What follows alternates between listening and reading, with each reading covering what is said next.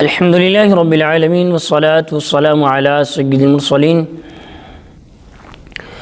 اما بعد فاعوذ باللہ من الشیطان الرجیم بسم اللہ الرحمن الرحیم۔ ناظرین و سامعین، آج انشاءاللہ عز و جل ہم سورہ بقرہ کی آیت نمبر 94 سے سننے کی سعادت حاصل کریں گے۔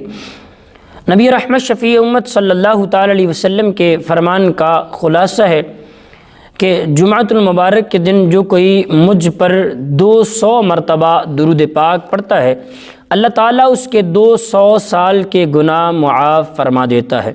صلو علی الحبیب صلی اللہ تعالی علی محمد صلی اللہ علیہ وسلم۔ اللہ رب العالمین قرآن مجید فرقان حمید کے پارہ 1 سورہ بقرہ آیت نمبر 94 میں ارشاد فرماتا ہے، بسم اللہ الرحمن الرحیم، قل ان كانت لكم الدار الآخرة عند الله خالصة من دون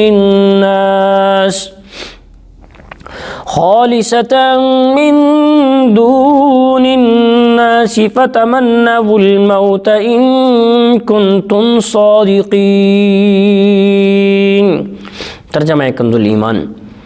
اے محبوب علیہ الصلوۃ والسلام، آپ فرمائیں اگر دوسرے لوگوں کو چھوڑ کر آخرت کا گھر اللہ کے نزدیک خالص تمہارے ہی لیے ہے تو اگر تم سچے ہو تو موت کی تمنا تو کرو۔ ناظرین و سامعین، خالصتاً یعنی خالص تمہارے لیے، یہودیوں کا ایک باطل دعویٰ یہ تھا کہ جنت میں صرف وہی جائیں گے، جیسا کہ سورہ بقرہ کی آیت نمبر 111 میں یہ دعویٰ ذکر کیا گیا۔ اس کا رد فرمایا جاتا ہے کہ اگر تمہارے گمان میں جنت میں تمہارے ہی لیے خاص ہے اور آخرت کی طرف سے تمہیں اطمینان ہے، اعمال کی حاجت نہیں ہے، تو جنتی نعمتوں کے مقابلے میں دنیاوی مصائب یعنی مصیبتیں کیوں برداشت نہیں کرتے ہو؟ موت کی تمنا کرو تاکہ عیش و راحت والی آرام والی جنت میں پہنچ جاؤ۔ اگر تم نے موت کی تمنا نہ کی تو یہ تمہارے جھوٹے ہونے کی دلیل ہے۔ حضرت عبداللہ بن عباس رضی اللہ تعالیٰ عنہ روایت کرتے ہیں، حضور علیہ الصلوۃ والسلام نے ارشاد فرمایا، اگر یہودی موت کی تمنا کرتے تو سارے ہلاک ہو جاتے اور روئے زمین پر کوئی یہودی باقی نہ بچتا۔ اسی طرح فرمایا فتمنوا الموت، تو موت کی تمنا تو کرو۔ موت کی محبت اور اللہ تعالیٰ کی ملاقات کا شوق رکھنا یہ اللہ تعالیٰ کے نیک اور مقبول بندوں کا طریقہ ہے۔ جی ہاں ناظرین، حضرت سیدنا عمر فاروق اعظم رضی اللہ تعالیٰ کے بارے میں آتا ہے، بخاری شریف کی روایت مبارک ہے۔ حضرت عمر فاروق اعظم رضی اللہ تعالیٰ عنہ ہر نماز کے بعد یہ دعا مانگا کرتے، اللہم ارزقنی شہادتا فی سبیلک واجعل موت فی بلد حبیبک صلی اللہ تعالی علیہ وسلم۔ یا رب عز و جل، مجھے اپنی راہ میں شہادت اور اپنے رسول کے شہر میں مجھے وفات نصیب فرما۔ اسی طرح عمومی طور پر تمام اکابر صحابہ اور بالخصوص شہدائے بدر و احد و اصحاب بیت الرضوان رضی اللہ تعالی عنہم راہ خدا میں موت سے محبت رکھتے تھے۔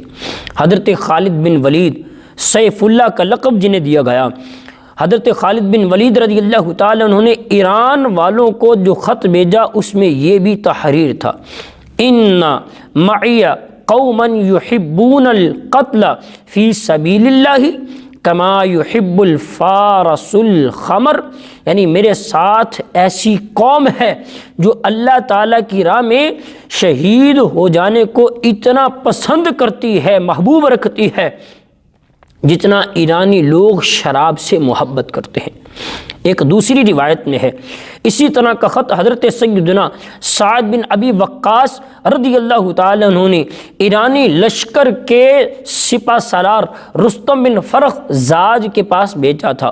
اس میں بھی یہی تحریر تھا، ان معی قوما یحبون الموت کما یحب الفارس الخمر، یعنی میرے ساتھ ایسی قوم ہے جو موت کو اتنا محبوب یعنی پسند کرتی ہے جتنا اجمی یعنی ایرانی شراب کو پسند کرتے ہیں۔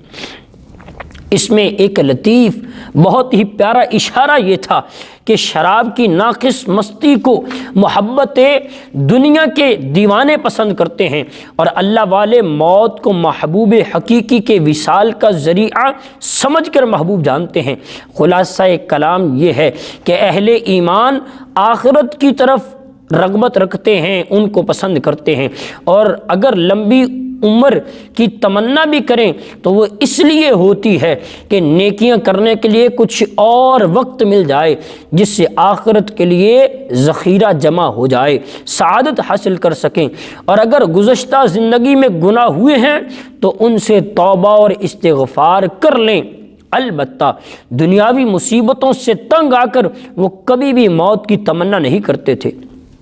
چنانچہ بخاری شریف میں حضرت انس رضی اللہ تعالیٰ عنہ روایت کرتے ہیں، رسول پاک صلی اللہ تعالیٰ علیہ وسلم نے فرمایا، کوئی دنیاوی مصیبت سے پریشان ہو کر موت کی تمنا نہ کرے، اور اگر موت کی تمنا کرنے کے سوا کوئی چارہ نہ ہو تو یوں دعا کرے، اے اللہ جب تک تو مجھے زندہ رکھنا میرے لیے بہتر سمجھتا ہے اس وقت تک مجھے زندہ رکھ، اور جب میرے لیے وفات بہتر ہو اس وقت مجھے وفات عطا فرما۔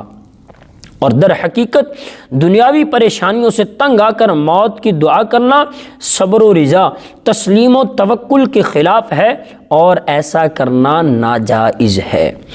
اسی لیے آیت نمبر 95 میں ارشاد فرمایا گیا، وَلَن يَتَمَنَّوْهُ أَبَدًا بِمَا قَدَّمَتْ أَيْدِيهِمْ وَاللَّهُ عَلِيمٌ بِالظَّالِمِينَ، اور اپنے بد اعمالیوں کی وجہ سے یہ ہرگز کبھی بھی موت کی تمنا نہیں کریں گے، اور اللہ ظالموں کو خوب جانتا ہے۔ فرمایا گیا یہ غیب کی خبر معجزہ ہے کہ یہودی نبی پاک علیہ الصلاۃ والسلام اور اسلام کے شدید مخالفت کے ہوتے ہوئے بھی کبھی بھی موت کی تمنا کا لفظ اپنی زبان سے ادا نہیں کر سکیں گے۔